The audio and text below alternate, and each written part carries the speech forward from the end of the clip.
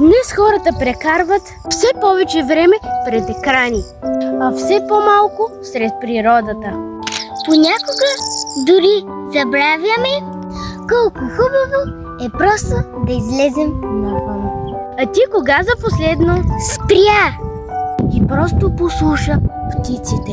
или гледа дърветата, без да бързаш до никъде.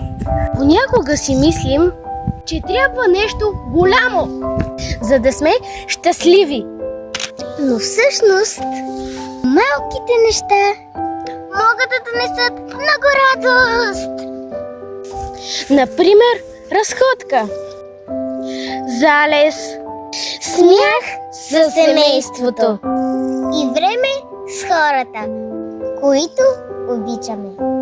Природата ни успокоява. Като че ли човек започва да диша по-леко. И понякога, точно тогава, умът ни става по-спокоен. Може би не всичко ново прави човека по-щастлив. Понякога най-хубавите неща са най-простите. Благодарим ви, че бяхте с нас. Ако искате още такива клипове, Абонирайте се за канала Нюстар.